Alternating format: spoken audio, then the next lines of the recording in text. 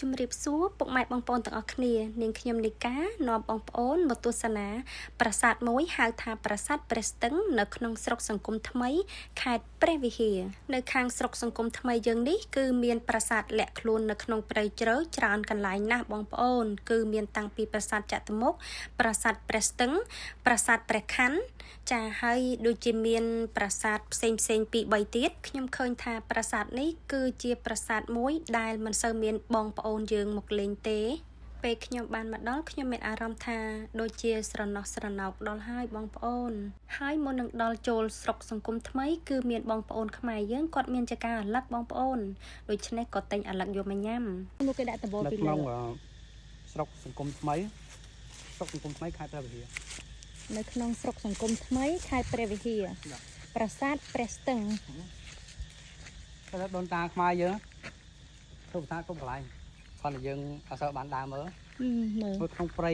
ណាជុំវិញស្រុកព្រៃម្ដងមានប្រាសាទមួយហ្នឹងទៅយកកន្លែងមិញប្រាសាទហ្នឹងមានមួយកណ្ដាក់មួយកន្លែងនេះមានមួយកន្លែងទៀតអូនោះសឹកមែនបាវ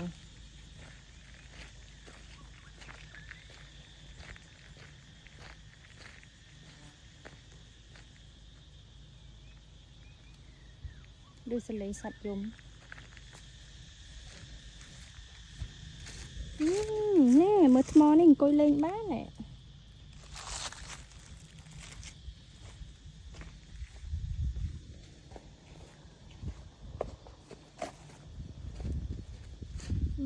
ទៅដូនតាយើងបកកាយមែនទេមក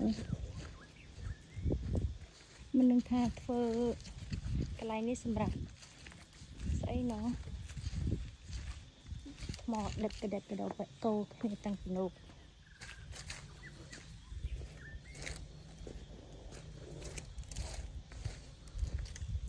ពេលឃើញហើយសំណោះអូបដើរទៅលេងទៅដល់អតីតកាលលេងទៅមិនទៅតំណងនេះ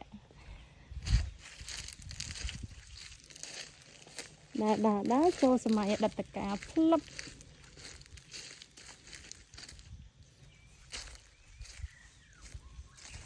អូយលុយសលេងសត្វយំ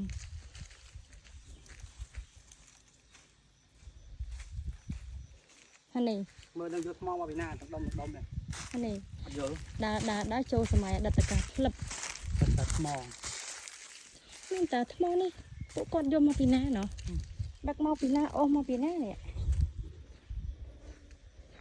អូយបាត់ជាអស់ចាមែនអូផ្លូវមិនឃើញហើយសឹកថ្មតែដាច់ហើយថ្មនេះធ្ងន់ណាលើកម្នាក់ឯងមិនរួចទេលើកប្រហែលអ្នកក៏មិនរួចដែរមើលថ្មមួយយើងគិតថាលើកប្រហែលអ្នកបងស្នំមើលធំហ្នឹងណាហ่ะលើកអ្នករួចទេ3អ្នកមិនរួចហើយយកមកដល់កន្លែងនេះដឹងប្រើអីប្រើក្របប្រើដំរីអូហ៎បងស្មាញ់អូនៅកដាលនោះដើមពោអីនោះបងស្មាញ់នោះដើមអីជ្រៃមែនទេដើមនេះគេនឹងធំហ៎ប្រាសាទនេះផងដែរយើងហៅថាប្រាសាទចតុមុខបងប្អូននៅគៀកជាមួយនឹងប្រាសាទព្រះស្ទឹងនិងប្រាសាទបាកានផងដែរចាជិះដូចបង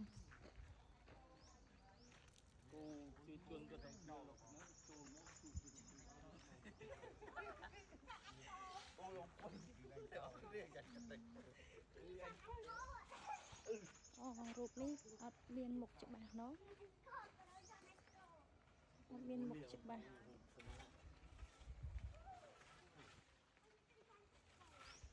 បង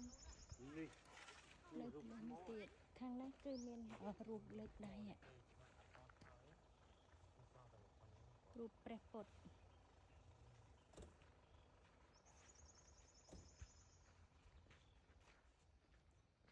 មានតែមួយកន្លែងឯងប្រាសាទនៅតនេះ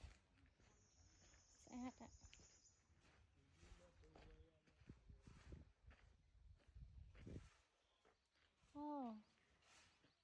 អូបានន័យថារូបនេះដូចគ្នាទាំងអស់តា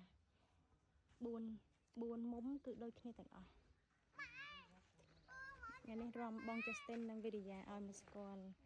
ខាងប្រាសាទនៅខាងព្រះវិហារ Baby go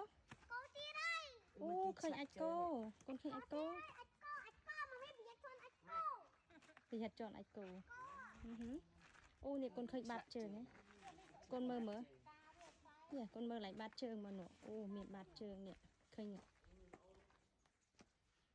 nè bát trường ạ ô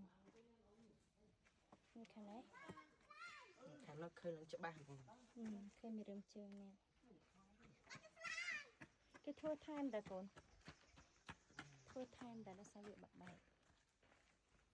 nó mới đau nè cái đại kia nè